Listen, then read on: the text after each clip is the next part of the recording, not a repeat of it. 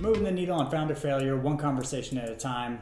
I'm your host, Lucas Poles, and welcome to Startup 2.0 by Spark XYZ. Join us each week as we give you access to some of the top investors and entrepreneurs around the country to help you think through and overcome some of the top challenges that startups face. I think there's no better place in the country to be investing than Los Angeles. What is the problem that you're solving and for who?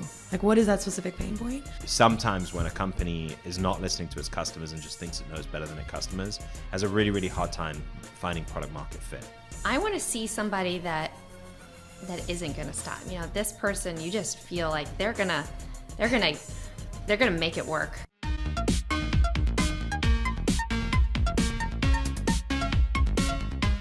Isabelle, welcome to the show. Thank you. I'm excited to be here.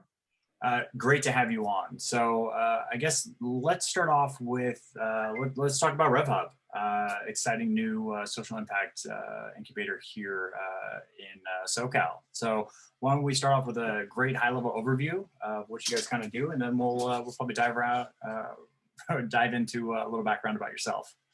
Sure. So RevHub was formed last year during the pandemic, actually. Founded by 4 individuals with a lot of different background and expertise in social venture, social entrepreneurship. And really the basis of their commitment was to build a legacy in Orange County and Southern California to really support social entrepreneurship as a catalyst to transform society.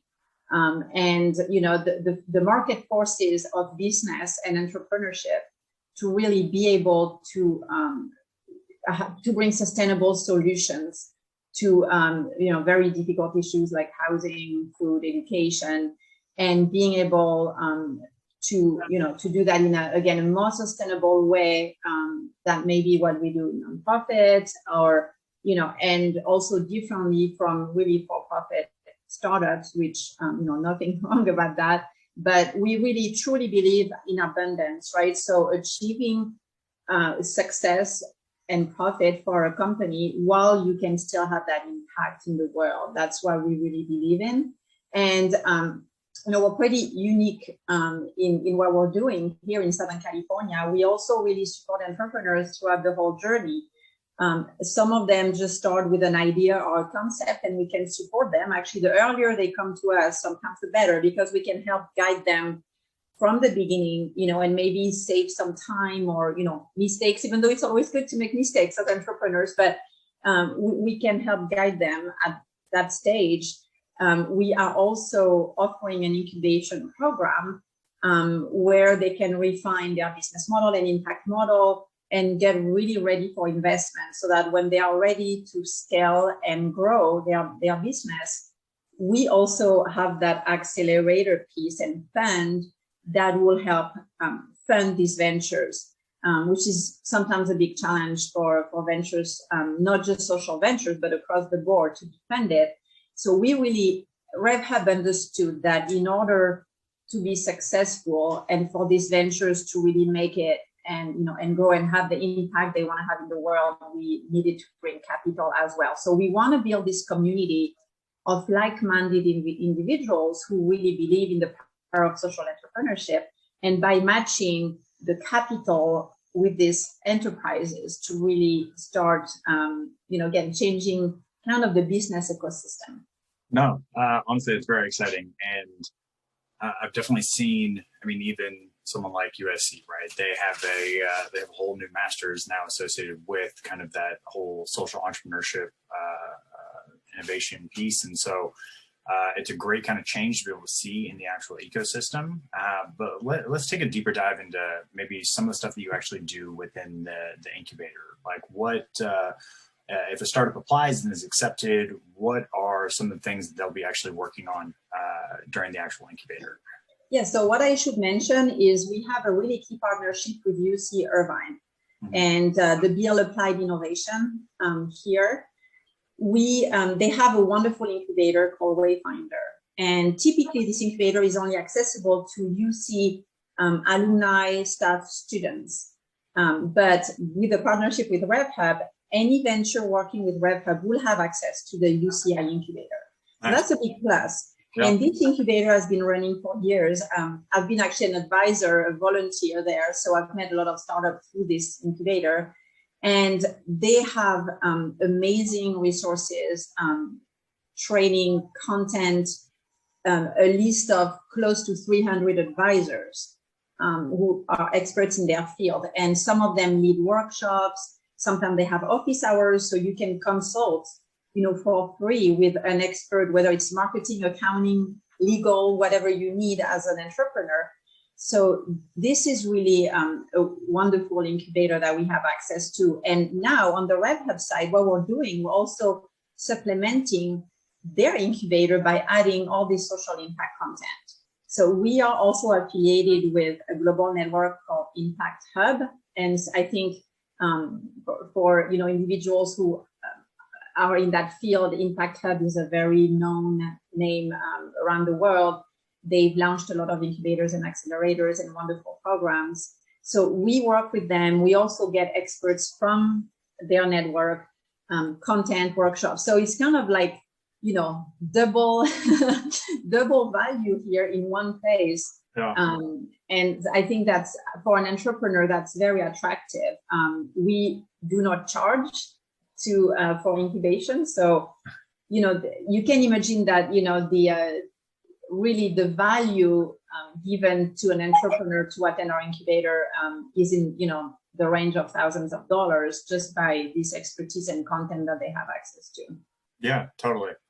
A very honestly worthwhile endeavor. So I guess social impact is a very kind of broad term. So what are maybe some of the examples of some of the portfolio companies that you've seen or that you've worked with that would really kind of fit into that kind of social impact mold? Yes, I think that's one of the challenge of, there isn't a clear definition of what a social enterprise is. And there are different type of models or enterprises that really may be a social enterprise by the way they deal with their supply chain and protect the environment or, recycle. And then others are really about giving things away and, reinvesting a lot of their profit for, to do good. So it really varies. I think some of the, examples we have here, for example, as an example is one organization is promoting peace in schools and eventually in corporations, right? So the idea of, hey, we want us to instill these skills in children as young as possible so that we can have compassionate people around the world and thinking about peace, as much as we think about math or English or whatever.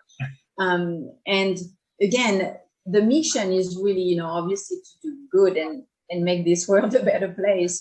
And so we are working with them on understanding, how they can really scale and, and expand as much as possible around the world. Another one is more in the food industry, and they are producing little farms in different cities. And the idea is to have this community rallying around, growing food together and giving food away to people in need. But at the same time, they rent the farm, which is a beautiful venue for events and weddings. Mm-hmm. So this is, again, a way to make money as your main mission is to really help people.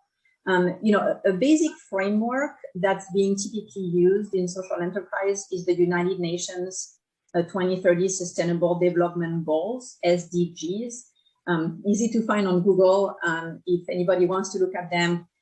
There are 17 of them, and under each one, there are examples of what that may look, because they are very lofty goals, such as no hunger, no poverty, right? Which, like, oh my gosh, I wish we could get there, in 10 years, but it's going to be a heavy lift. And so, but in order to understand how we may be able to get there, they have defined sub goals, if you will. So I think the spirit is, if the core of your company and your mission aligns with one or more of these goals, you should be considered a social enterprise. It really has to be embedded in your company, though. And also we will help entrepreneurs develop that impact logic model that clearly help them measure that impact component, so that if they want to go to an impact investor, or talk about their model, they have something more tangible that they can present and also trackable and measurable.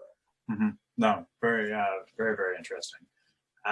So I guess we talked a little bit about for the social entrepreneurs, kind of what their goals are and where they're going to end up going. But what are the actual goals of RevHub? Our goal is to really, to really use capital to, like I said, transform our ecosystem, right? And it's not just about not just creating jobs, but changing the way people live.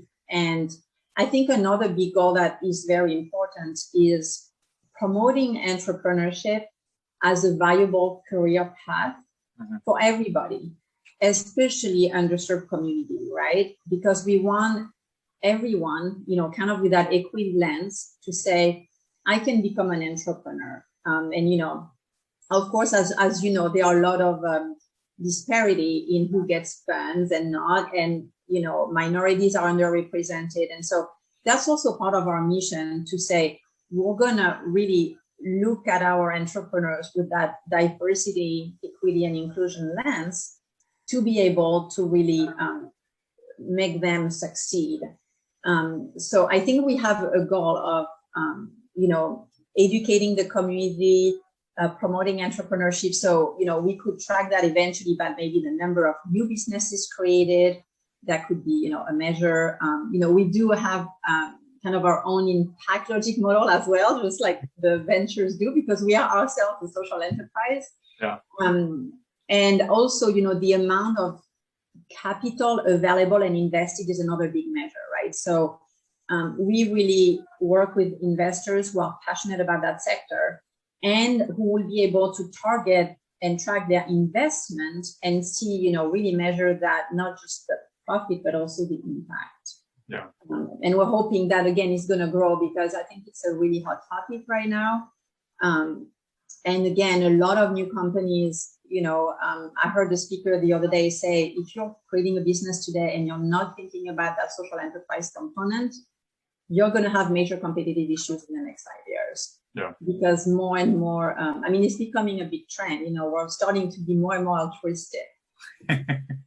No, it's true.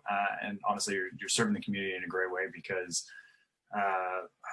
most of the programs that are out there are not focusing on this. And most of the entrepreneurs that kind of run through it, one of their big challenges is just finding the right information on where to go and what to actually do. So definitely kudos on that. So I guess let's go from where we are now with RevHub, and then let's go kind of more to the SoCal actual ecosystem. So what do you see as maybe some of the positives and maybe some of the gaps that are within the actual ecosystem for here in Southern California? What I think is a positive is I really believe the younger generations, and not to put people in buckets based on their age or anything, but I think there is this clear movement these days that the upcoming generations don't just expect purpose and good, they really demand it. Mm-hmm. And that's also part of the big transfer of wealth. So, in some instances, as we work also, with family foundations and family offices, I'm optimistic in seeing a trend that the younger generation wants to invest with meaning. So I think that's going to be a great force to support what we're trying to do. I think some of the gaps is that, change is difficult for everybody and we all get back to our habits, right? Huh. And I think the makeup of the investor population, just, historically, it's kind of like not extremely diverse, right? And it's kind of like when you build a company and you hire people, right? They keep telling you, you have to surround yourself with people who are not like you, who look different, who think different. And I think that's sometimes what's lacking a little bit in the investor community is that kind of diversity. So, I like to see more investors who are disruptive and saying, hey, I need profit. Yes, I need to make money, but, maybe instead of having, 30x or whatever type of return, I really believe we can make it a little smaller, but we're gonna, be able to feed 100,000 more people with this startup or something like that. Just thinking differently. And also, I do think it takes a lot of creativity, right, to say, could that work or not?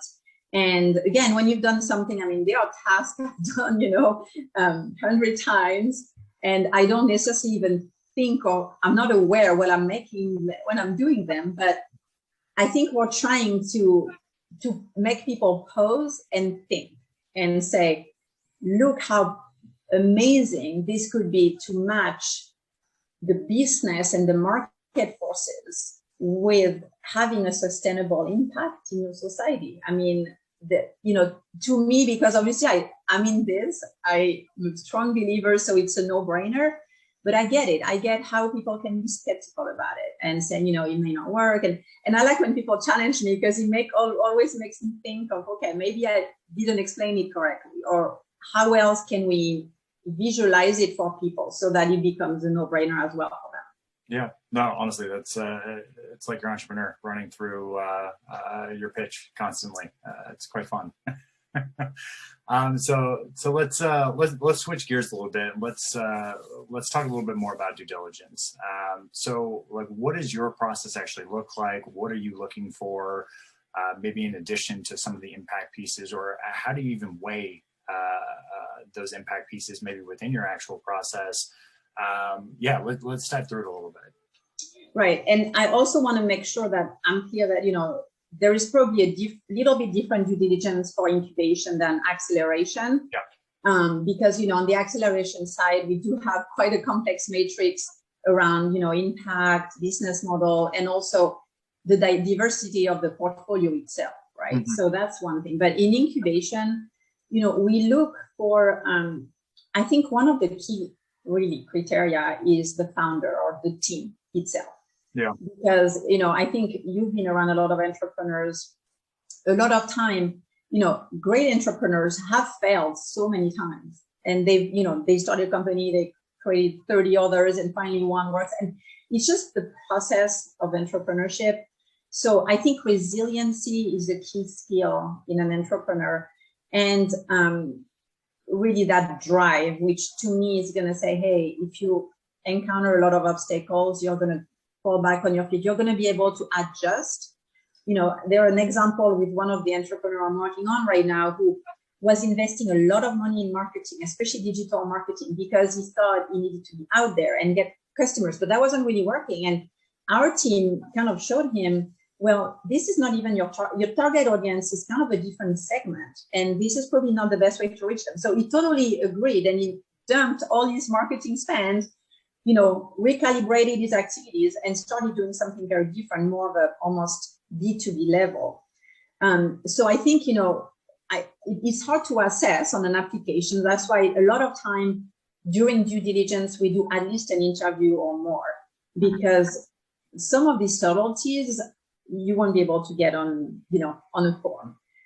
So I think this is one of the main criteria, is really knowing, okay, how would this be to work together? Are we a good match? Are you willing to invest the time in innovation and do the work? And are you really motivated to make it happen? And when you maybe fail, get back on your feet and so on. On a more, traditional criteria, I think we're really looking for, passionate founders, passionate about that impact, and who have, kind of at least a minimum idea and may have already launched at least an MVP. No, it's not a hard criteria. So at least on their way to launching a product or a solution or a service, and there's already kind of, a form model around here. It doesn't have to be completely refined, because that's what we're going to do in incubation, is really help them refine and validate some of the assumptions. So it sounds a little bit, not black and white, which is what I like, because, as you may appreciate too, if you're thinking about a venture who's really changing the world of affordable housing, is going to look very different in application from a company that's building an education tool online, right? So that's also where I think we're doing the right thing by being really thoughtful around each application, what the potential is, talking to the founder of the team, and spending that time, which I think will save a lot of time down the line in the incubator to make sure we have onboarded the right ventures. Yeah, no, 100%. So we talked about some of the things that we do look for. Maybe what are some of the red flags that you run into while actually going through these applications? I think the biggest one is, getting submissions in application that have really nothing of a social enterprise. I mean, I hate to say it, but I understand, ventures out there may feel desperate. They want to join an incubator, they need to get investments.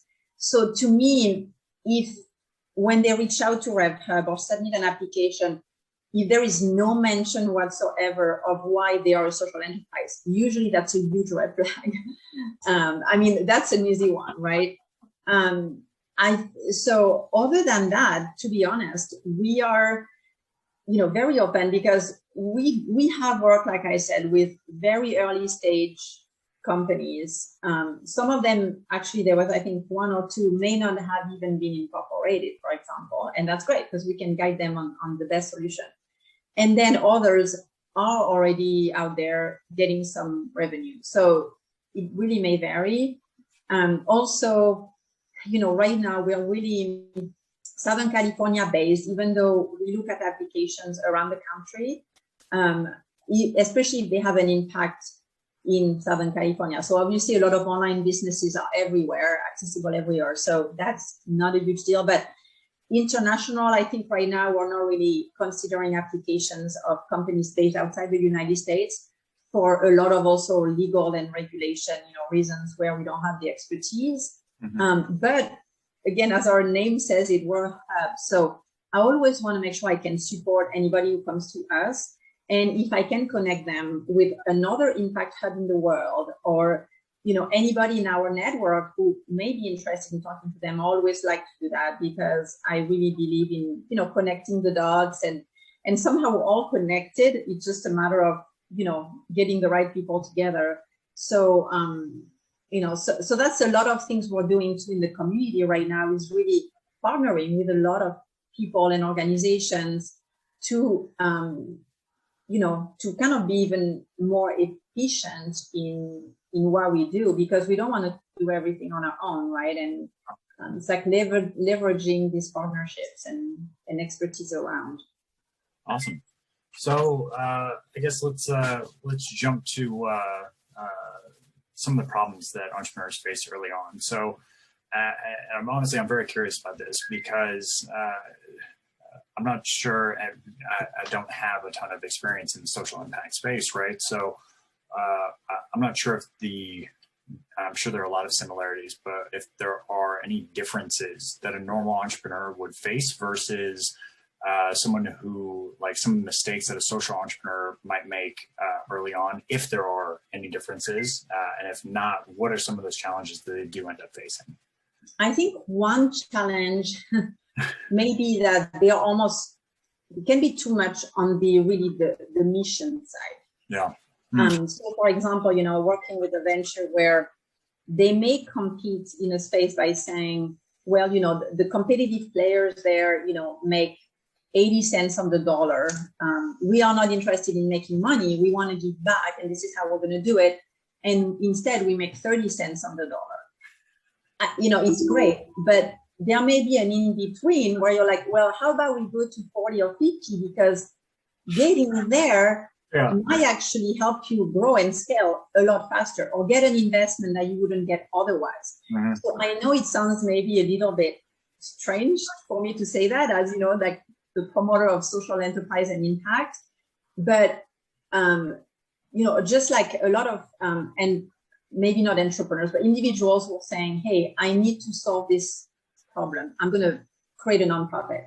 Yeah. My first answer is like, do not. Talk to someone before, because in Southern California, I think the number of nonprofit organizations per capita is probably the highest in the country. Wow. And many people are creating nonprofits every day. some of them, I mean, are doing amazing work. I serve on boards. I love to help what they are doing, especially in crisis management and helping, keep people off the street and not hungry. And so, of course, it's great. But, a lot of times is, getting them to understand if your model is really based like a nonprofit on, you're going to go ask for money in grants and others, and probably year after year, right? And you're going to be dependent on this fundraising. It doesn't sound like a really sustainable solution, and it takes a lot of time and effort, and it's not secure because you could get a big grant one year, not get it the following year. So I think with individuals who are like that, really wanting to be mission driven, here the question is, how about thinking about building a venture instead? So you can still do all the good you want to do, but on the financial side, you're building a model that is going to be, regenerative and sustainable. And you can still do fundraising. It's great if you get some additional money, but you're not dependent on it. It's just kind of the cherry on top of the cake that is always a nice thing to have. So I kind of see, when I got into this world of social enterprise, I could see, oversimplifying that there are really two sides of the coin. One is a traditional entrepreneur, so that personality of someone who wants to build a company and do good. So great, social enterprise is already on their mind. They just need some help in creating that. But then there is this huge potential in the nonprofit world, where actually more and more nonprofits are really talking about the social enterprise component of their organization, because I think they realize that they can build this model that are sustainable. So there's a lot of opportunities out there for, I think, to be more social impact driven and really building these models.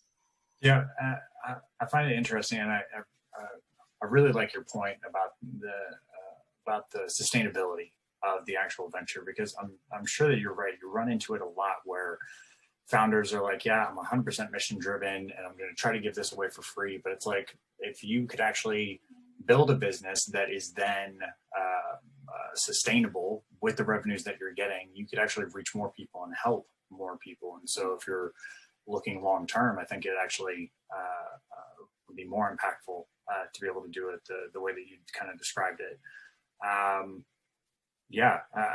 That's very interesting. I guess let's dive into, let's keep the theme of like the mission driven piece, right? So within the actual team, and we know that team is so important when we're talking about early stage entrepreneurs. Do founders ever get in I don't know, tiffs around where the mission ends up going, or does it ever change as it kind of runs through time? Like, what, I feel like that's a whole nother layer of complexity that maybe someone who isn't kind of mission driven might end up running into. Yeah, so usually I think the point in time where the risk is at the highest is after investment. Mm-hmm. Because I think in the early stages, usually everybody's on the same page. This is what we're going to do. We're excited about it. And, maybe we started doing it and we're seeing great results. Great. Then if they start getting an investor, or a fund or something, or even, a VC, or what is usually at risk is if they are being asked to maybe start compromising and drive more profit, or even, the team itself may be thinking, oh my gosh, we're doing so well, this is better than we thought. And in some instances, the impact side may be a little bit more at jeopardy, in the sense that it's probably in their heart, but, they have to always keep thinking about, how do I still, maintain my impact commitment? Mm-hmm. Because as things grow, and especially in these scaling phases, it's when things may become a little bit tricky. And that's why I really think, though, that if they have that impact model built from the beginning that can be adjusted and measured, typically, that should hold, through the whole journey. But I think it's where things may happen, because then obviously the more money you have access to, the more choices you have, just like people in life, right? And the more choices you have, especially if you're a team, the more difficult it's going to be to agree. I think a big part of that too is if they are building the team as they are growing. So a lot of our entrepreneurs are solopreneurs. We have, I think, a couple of teams, but some of them are just on their own. And we also really coach them on building a team. And to me, these issues are actually very dear to my heart because I was a leader.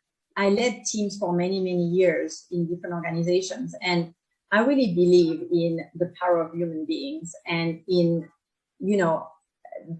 self-growth as an individual and, all these soft skills that are necessary to be a successful leader. So I'm also really excited to be able to work with our entrepreneurs on that more human aspect of building a company and, what to watch for and how, and how to be a good leader because, you also want people to follow you and, believe in what you believe. And that's not always a given.